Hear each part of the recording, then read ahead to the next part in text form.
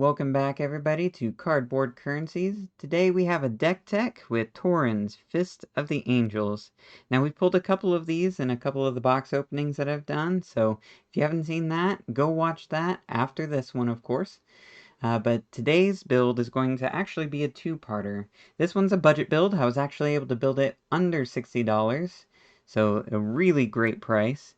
But later on, I'll also be releasing another one, a more competitive one, but definitely a more pricey one. So be looking for that in the near future. But without further ado, let's get into it. So Torens, Fist of the Angels, 2/2 green and white creature with training. Whenever this creature attacks with another creature with greater power, put a +1/+1 counter on this creature. Whenever you cast a creature spell, create a 1/1 green and white human soldier creature token with training. So alright, you cast a creature spell, you get an extra creature spell. I'll take it. 2 for 1. That's a budget build right there. But what's better than 2 is 3. For the first card we're going to add in there is Catcher's Monument for 3. White creature spells you cast cost 1 less to cast, and whenever you cast a creature spell, create a 1/1 white warrior creature token with vigilance. So really, you're casting 1 spell, getting 3 creatures. That's a pretty good deal. Now, the problem with training is if you read it, it's that creatures have to attack with another creature with greater power. Where the problem can come in is those 1/1 green and white human soldier creature tokens, with training as well, will come in, attack, and then they're stuck as a 2/2 along with Torens because they're not any more powerful than anybody else. So the first 3 cards, or the next 3 cards we look at will help address that. So we'll have Lion Sash, Mace of the Valiant, and Loxodon Warhammer. These are equipments that are going to stick around.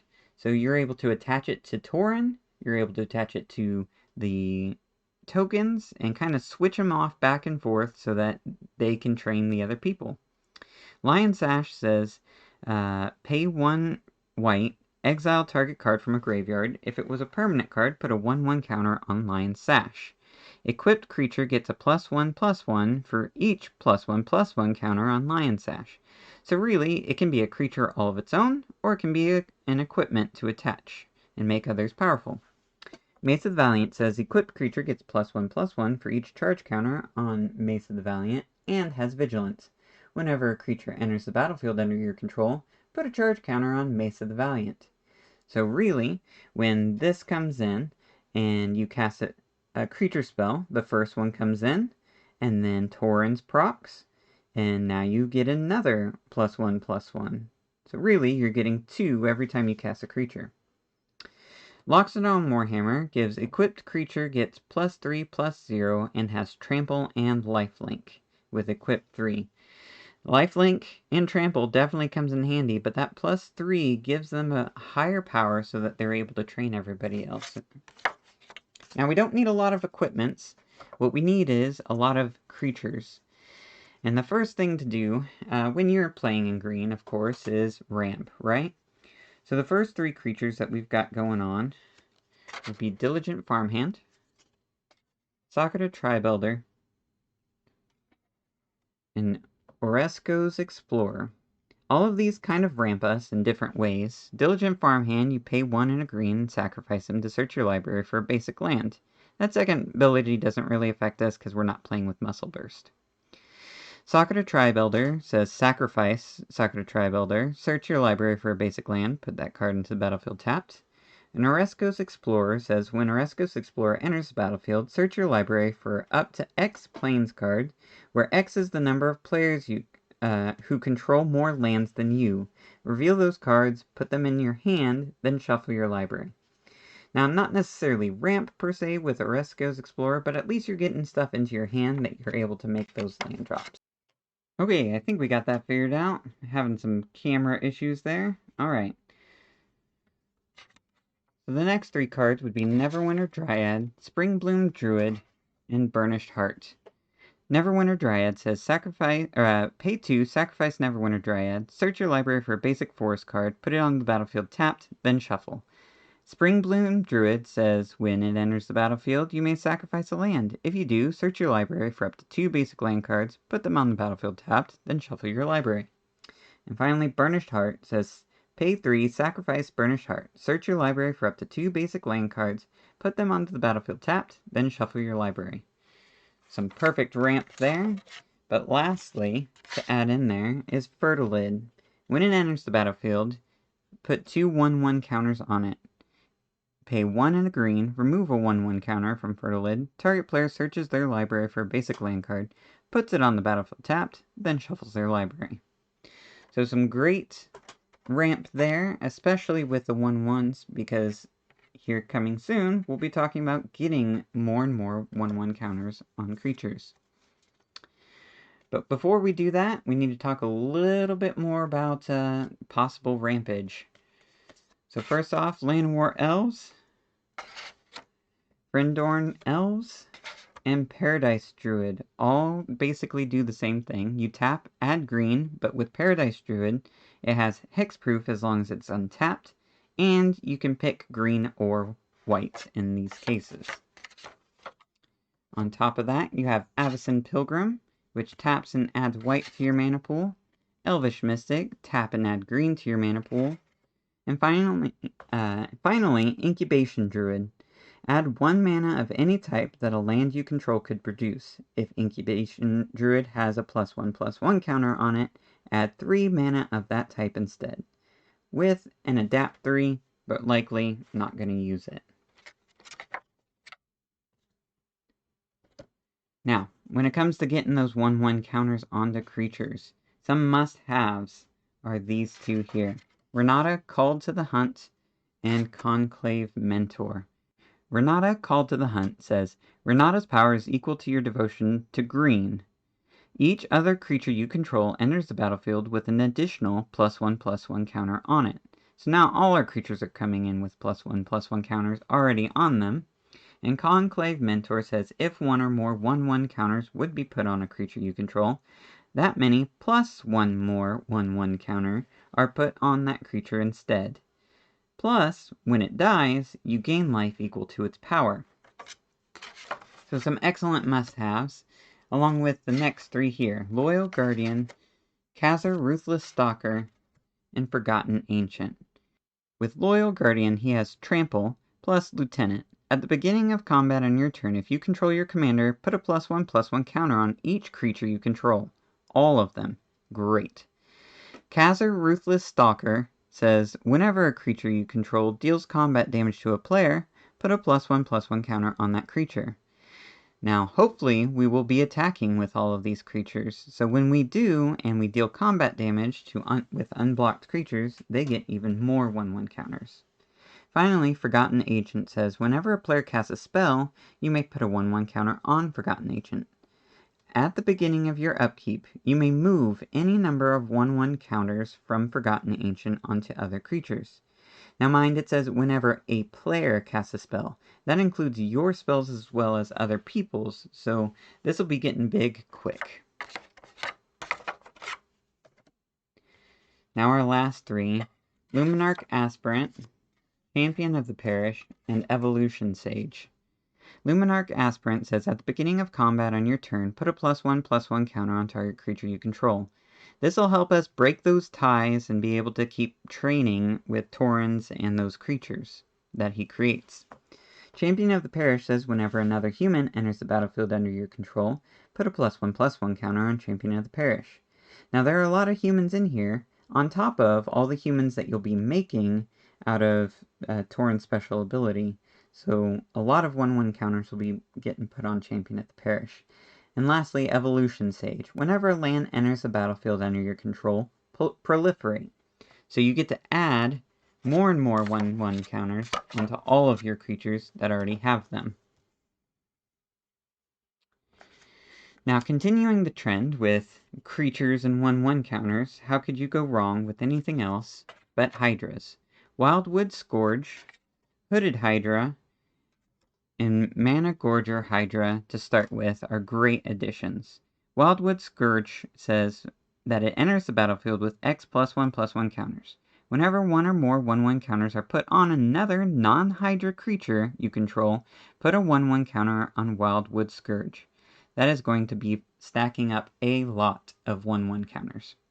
Now, Hooded Hydra says that it enters the battlefield with X 1/1 counters on it as well, and when it dies, put a 1/1 green snake creature token onto the battlefield for each other 1/1 counter on it. It also has Morph for 5, which plays it as a 2/2, and then you can flip it over. Realistically, it's not going to be played like this, but you have that option. Mana Gorger Hydra says that it has Trample, and whenever a player casts a spell, put a 1/1 counter on Mana Gorger Hydra. Just like our previous one that said something similar, all of your spells on top of your opponent's spells will be added in there. Next to come is Hydra Broodmaster, Whip-Tongue Hydra, and Hungering Hydra. Now, Hydra Broodmaster says that it comes with an XX green monstrosity X. Now, when you make it monstrous, you put X 1/1 counters on it, and when Hydra Broodmaster becomes monstrous, you put XX green Hydra creature tokens onto the battlefield. A great way to spam a couple more tokens onto the field. Whip-Tongue Hydra says that it has reach, and when Whip-Tongue Hydra enters the battlefield, destroy all creatures with flying. Put a 1/1 counter on Whip-Tongue Hydra for each creature destroyed this way. Now this is a great way to clear the board of any flying creatures that are flying over the top of all of your other creatures. You play this, wipe out all the flyers, you don't have the problem of the flyers anymore, plus you have a ton of 1/1 counters on this Hydra. Hungering Hydra says that it enters the battlefield with X 1/1 counters on it. It can't be blocked by more than one creature, and whenever it is dealt damage, put that many 1/1 counters on it. So stacking up those 1/1 counters even when it's blocked. And lastly, Mistcutter Hydra. Mistcutter Hydra can't be countered. It has haste and protection from blue. Mistcutter Hydra enters the battlefield with X 1/1 counters on it. A basic Hydra, but protection from blue, you don't want to minimize that. Alright, the next couple cards are these two Planeswalkers. Ajani the Great-Hearted, which has creatures you control have vigilance. You plus it up, you gain 3 life. You minus them down 2, you put a 1/1 counter on each creature you control. Each creature. And a loyalty counter on each other Planeswalker you control. Zhang Yanggu says each creature you control with a +1/+1 counter on it has tap, add 1 mana of any color. Plus you can minus them down to put a 1/1 counter on a target creature. Probably won't be needing to do that, but it'll be great to have the option of making all of your creatures being able to tap for mana. Now some additional cards to make those creatures a little bit stronger lie on these: Angelic Skirmisher, True Conviction, and Sigarda's Summons. Angelic Skirmisher has flying, and at the beginning of each combat, choose First Strike, Vigilance, or Lifelink. Creatures you control gain that ability until end of turn. True Conviction says creatures you control have Double Strike and Lifelink. Now these are great keywords to add to your creature army that you'll be making, but on top of that, Sigarda's Summons says creatures you control with +1/+1 counters on them have base power and toughness 4/4, have flying, and are angels in addition to their other types. So now your army of 1/1 creatures suddenly have flying and a base power of 4 in addition to all of those 1/1 counters.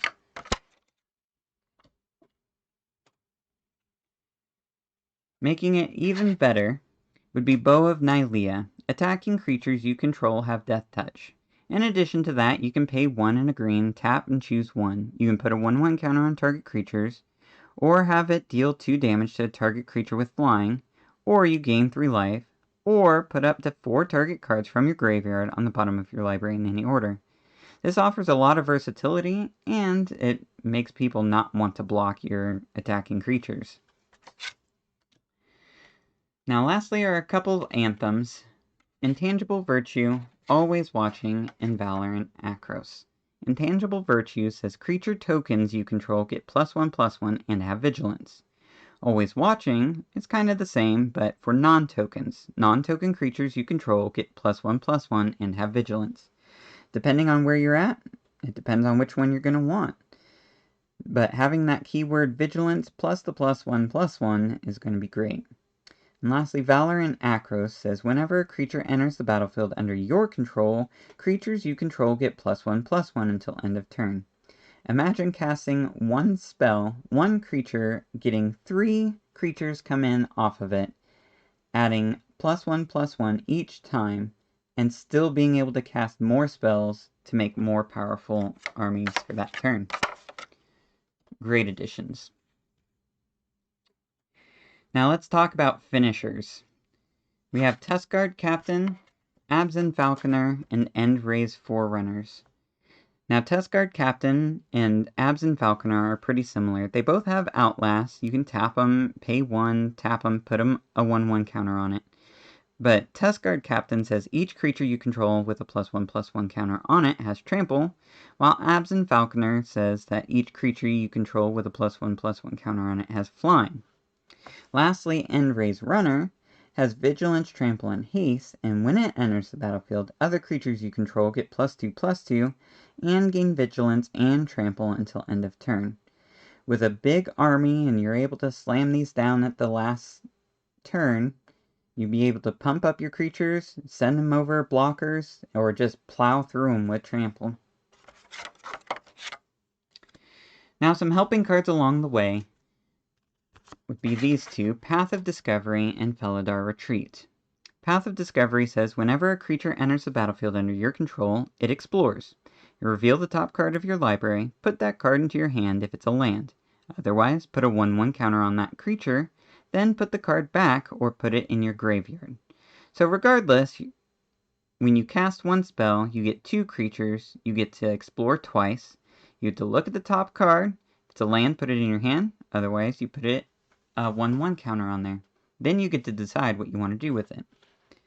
Felidar Retreat says landfall. Whenever a land enters the battlefield under your control, choose one. Create a 2/2 white cat beast creature token, or more likely, you'll be putting a 1/1 counter on each creature you control and giving them all vigilance until end of turn.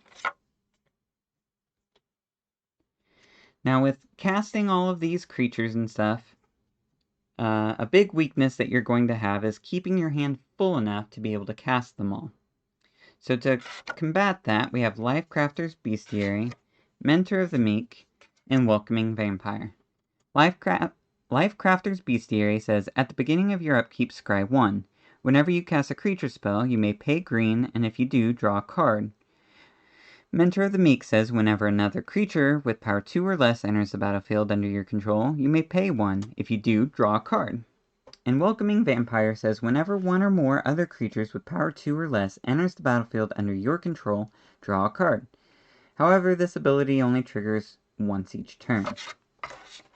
However, going along with that, we'll also have to add Beast Whisper, Armorcraft Judge, and Glorious Smite. Beast Whisper says, whenever you cast a creature spell, draw a card. Armorcraft Judge says, whenever an Armorcraft Judge enters the battlefield, draw a card for each creature you control with a 1/1 counter on it, which is going to be a lot of them. Glorious Sunrise says, at the beginning of combat on your turn, choose one. Creatures you control get +1/+1 and gain trample until end of turn. Target land gains tap, add 3 green until end of turn. Draw a card if you control a creature with power 3 or greater, or you gain 3 life. So a lot of versatility here, but realistically you can draw a lot. Now sometimes just as good as drawing, in my humble opinion, would be scrying. With Season of Growth, it says whenever a creature enters the battlefield under your control, scry 1. So whenever you cast a spell, you'd be able to scry for 2 because 2 creatures are ultimately going to be coming in. Now the last ability says whenever you cast a spell that targets a creature you control, draw a card. We won't be using that too much in this deck, but being able to scry that much is well worth it. Now we've talked creatures, we've talked ramp, we've talked drawing cards, but what about protection? With that, we'll be taking Baird, Steward of Argive, Destiny Spinner, and Aegis of the Gods. Baird, Steward of Argive says, Creatures can't attack you or a planeswalker you control unless their controller pays 1 for each of those creatures. Destiny Spinner says creatures and enchantment spells you control can't be countered. You can pay 3 and a green, and target land you control becomes an XX elemental creature with trample and haste until end of turn, where X is the number of enchantments you control. It's still a land, but realistically, you'll be wanting to save that mana to cast as many creatures as you possibly can. Aegis of the God says you have hexproof. So in each 3 of these, you have a little bit of protection.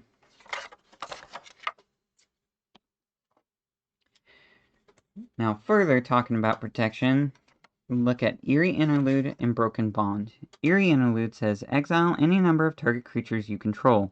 Return those cards to the battlefield under their owner's control at the beginning of the next end step. Keep in mind with this card that when you exile any of your tokens, you won't be getting those tokens back. However, all of the other pieces of your army will still be there. Broken Bond says destroy target artifact or enchantment. You may put a land card from your hand onto the battlefield.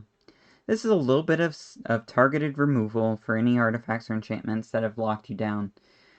I would always save this for if you're in a tight spot and really can't do anything else but to cast it.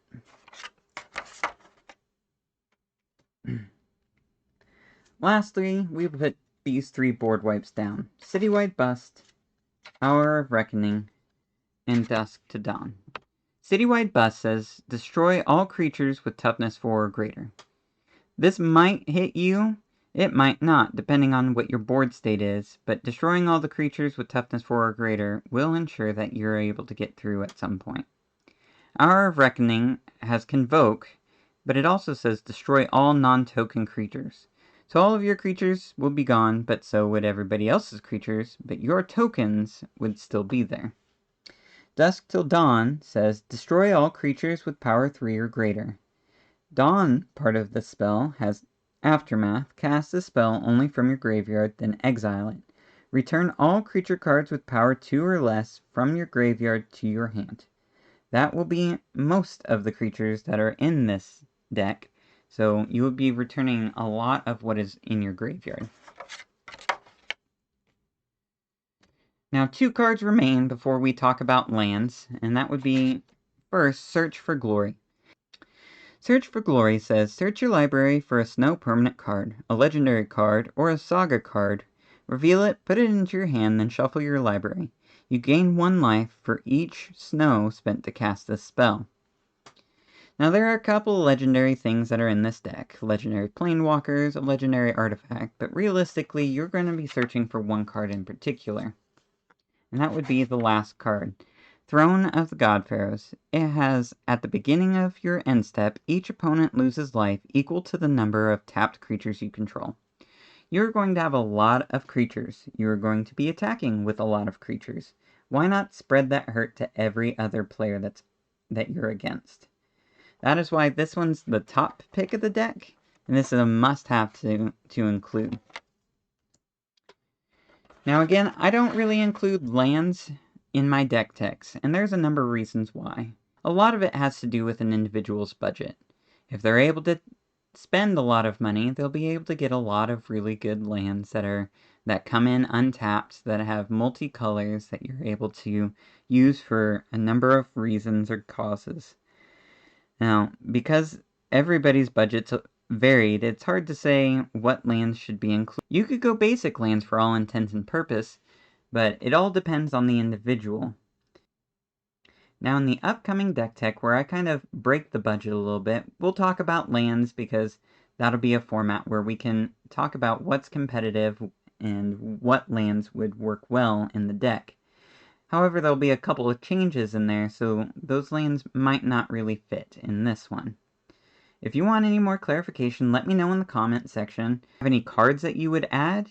Any differences of opinions that you have? I want to hear them. Just let me know in the comment section. Hit like, hit subscribe to see more of this. Soon we'll also be doing some giveaways, so stay tuned for that. And as always, I'll be seeing you.